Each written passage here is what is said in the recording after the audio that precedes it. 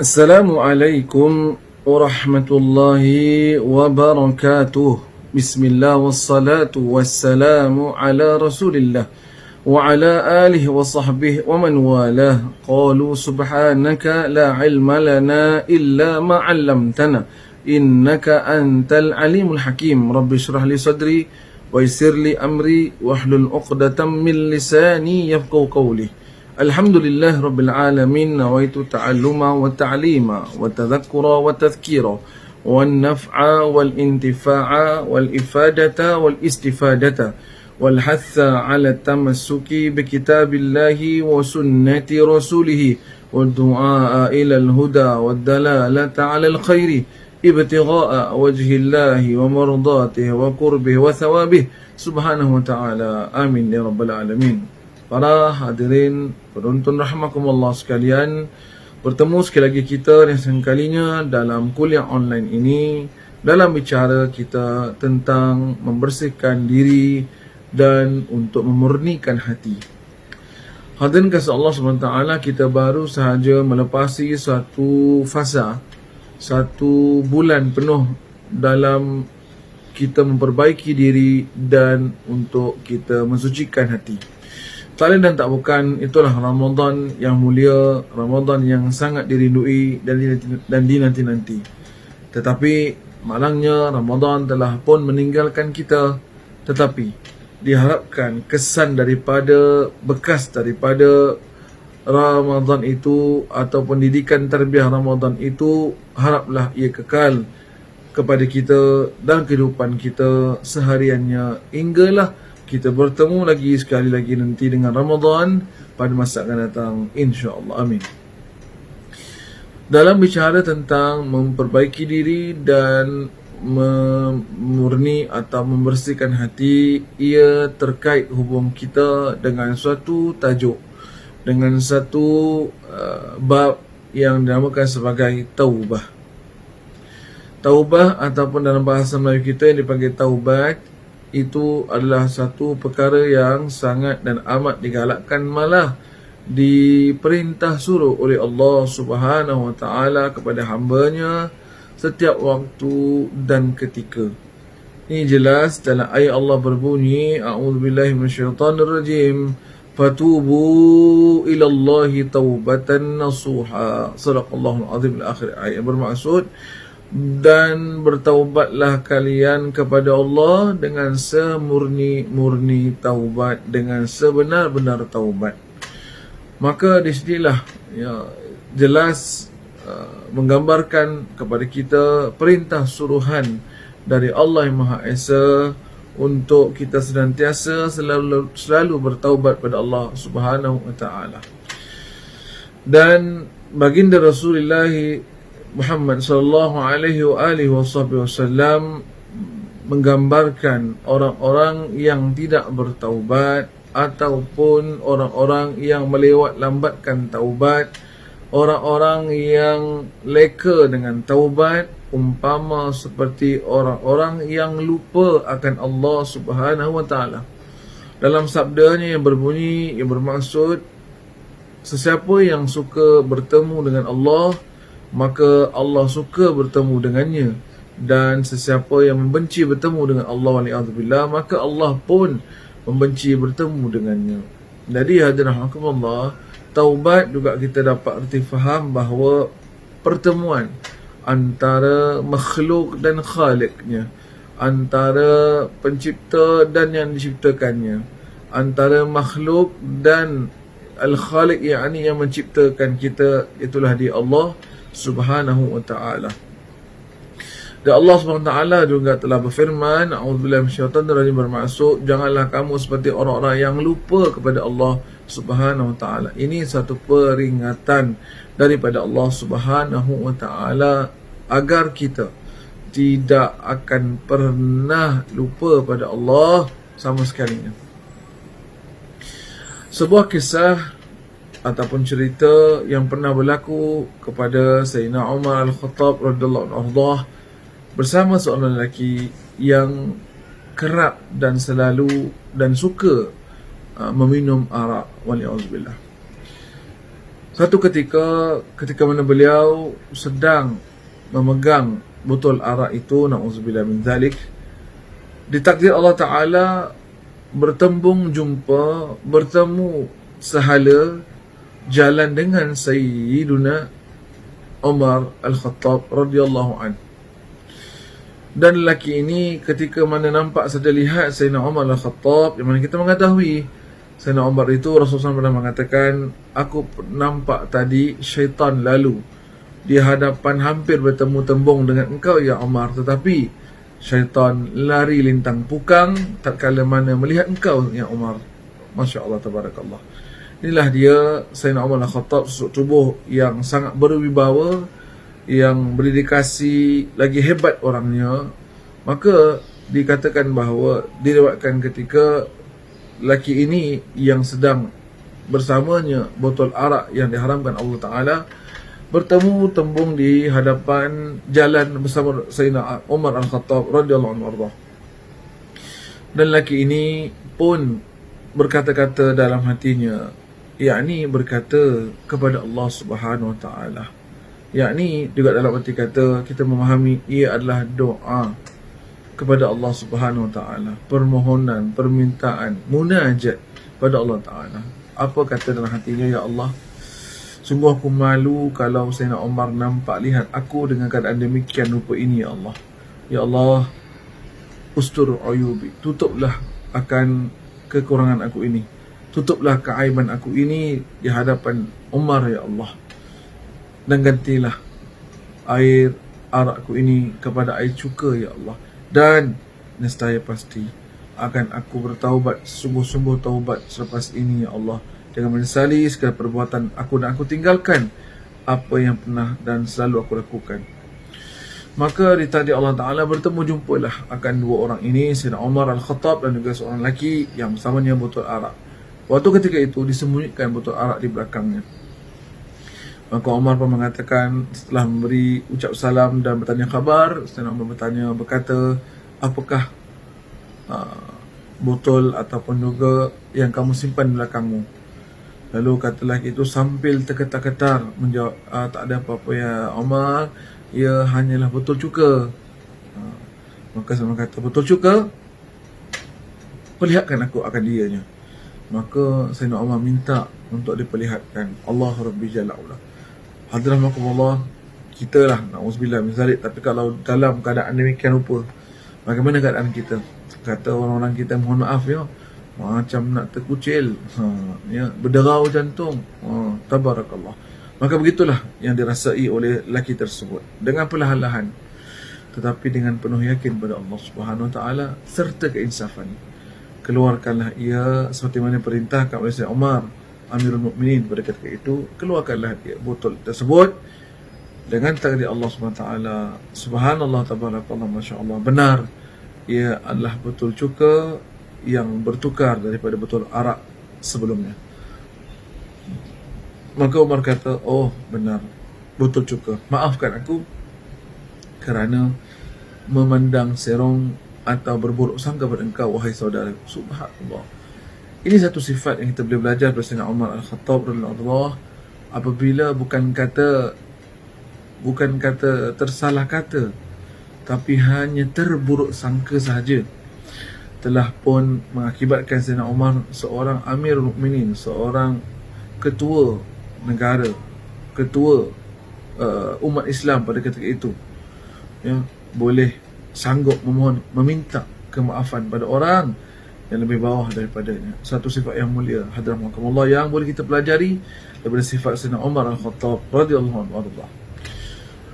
Maka berbalik pada cerita tadi, di sinilah hadramakumullah kita ingin beritahu dan sampaikan dan maklumkan bahawa begitu segera, begitu cepat, mudah Allah Subhanahu Wa Ta'ala mengampunkan dosa hamba-hambanya. Subhanallah. Allah SWT yang maha baik, Allah Ta'ala yang maha lembut, Allah Ta'ala yang maha pengasih lagi maha penyayang. Itulah dia Allah Ta'ala. Dalam bahasa Arab memanggil fawran. Allah Ta'ala begitu mudah, cepat memberi respon pada hamba-hambanya yang benar-benar ingin bertaubat kepadanya. Maka begitulah sifat Allah Subhanahu Wa Ta'ala yang dalam sebuah hadis juga ada pernah menggambarkan.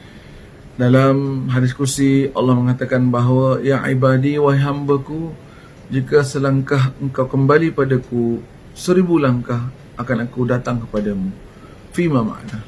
Begitulah hadis Rasulullah ataupun hadis kursi yang mana Allah mengiktiraf, Allah menjanjikan kepada hamba-hambanya yang benar-benar sungguh untuk kembali pada Allah, diumpamakan seperti kalaulah sedepa atau selangkah kita sebagai hambanya yang benar ingin sungguh kembali padanya, Allah lebih ingin kita lagi untuk menerima taubat kita. Subhanallah, tabarakallah. Maka di sinilah menggambarkan pada kita sifat pengampunan Allah kepada hambanya.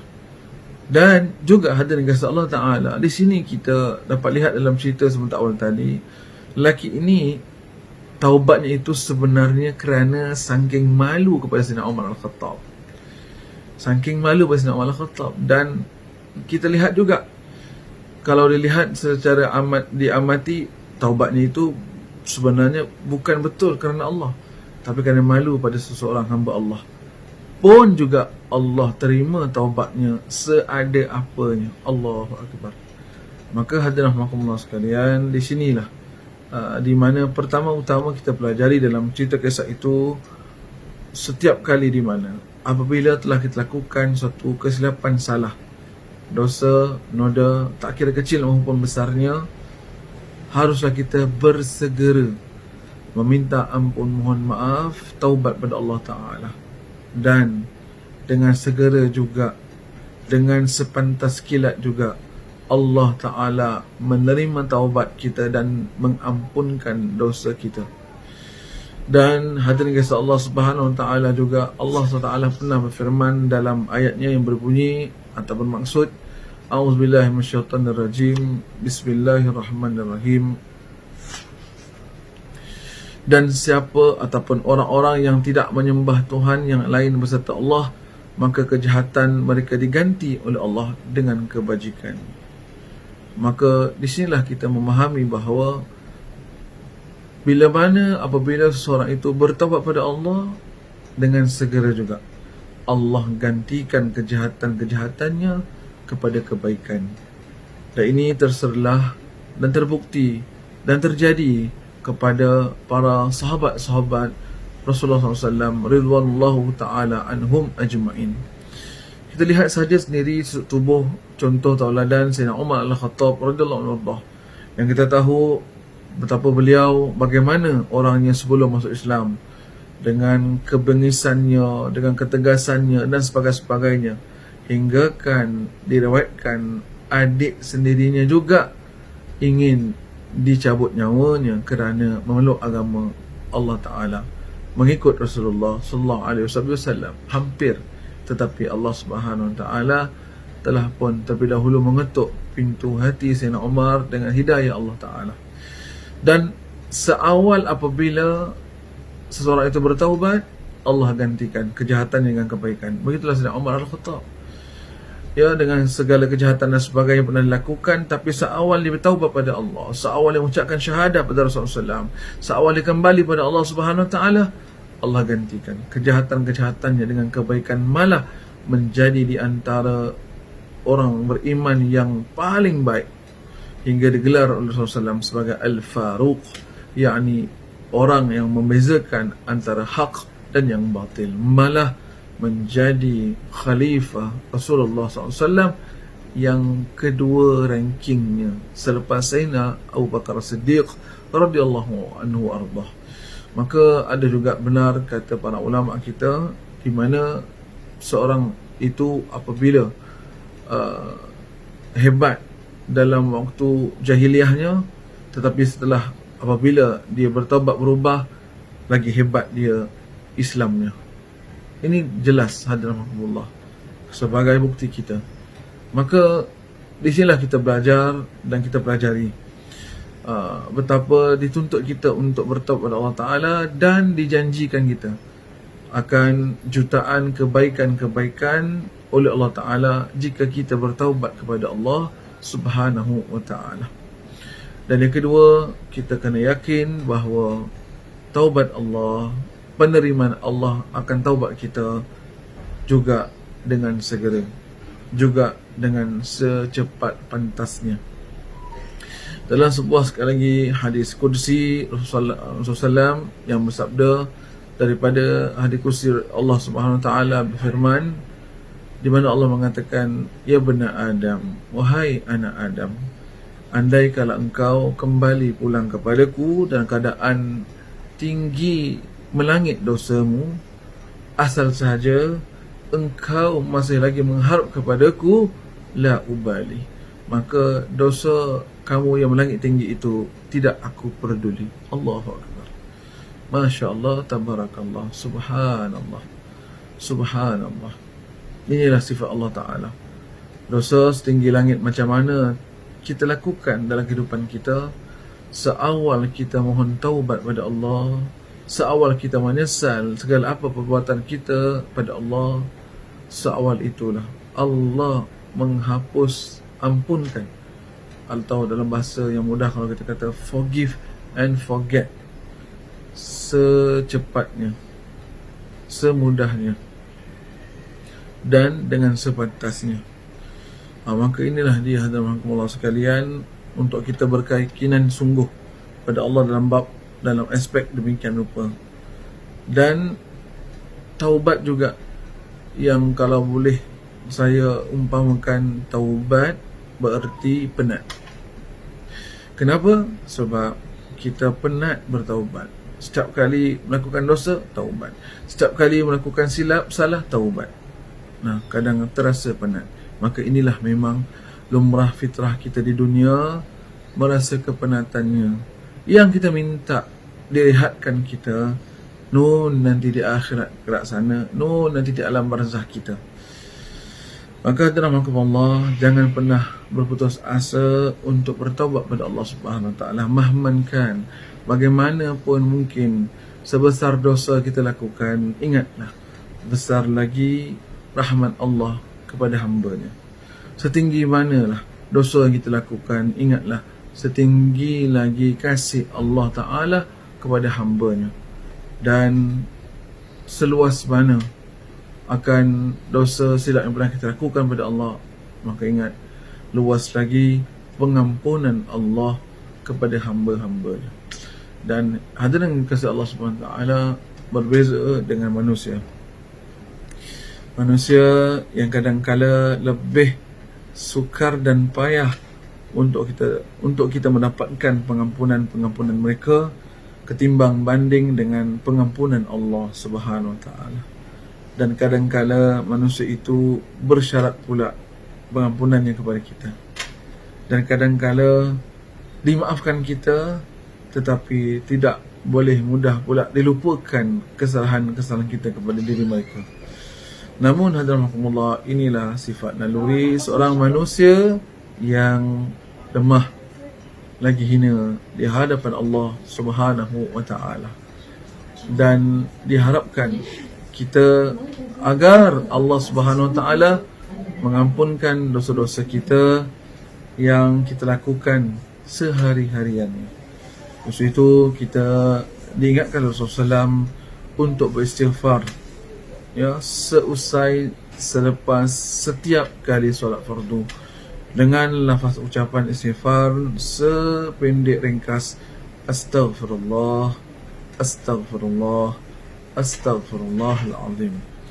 Diharapkan setiap apa dosa noda yang pernah kita lakukan dan kerjakan, sama ada sengaja maupun tidaknya, kecil maupun besarnya, tersembunyi atau terang-terangannya, yang dahulu apa yang sekarangnya, diampun hapus benar oleh Allah Subhanahu Wa Taala yang maha baik lagi maha sempurna. Maka sekali lagi juga saya akan berdiri saya daripada hati sekalian, fatubu ilallah, Maka bersama-samalah mari kita sentiasa bertaubat kepada Allah Subhanahu Wa Taala, dan inilah insya-Allah ruang dan juga wadah untuk saling kita watawasaw bil haqqi watawasaw bis sabr, saling ingat mengingat kepada kebenaran dan ingat mengingat kepada kesabaran. Dan mudah-mudahan dengan wadah yang ada pada kita dalam masa ini dapat mempertingkatkan lagi keimanan takwa kita pada Allah Subhanahu Wa Taala dan mengeratkan hubungan kasih kita pada Allah Taala insya-Allah, dan kita dirahmati, restu'i oleh Allah, diridai oleh Allah Taala sentiasa selalu hingga bertemu jumpa kita pada masa dan pada waktu dan sesi lain. Dan insya-Allah pada sesi-sesi akan datang kita akan isi juga ruang-ruang ini dengan zikrullah, dengan zikir-zikir yang dapat untuk kita bertaubat kepada Allah Subhanahu Wa Taala, dan peringatan-peringatan kita untuk berzikir senantiasa dalam untuk mendapatkan akan rahmat serta pengampunan darinya. Aqulu qawli hadza astaghfirullah. Wassalamualaikum warahmatullahi wabarakatuh.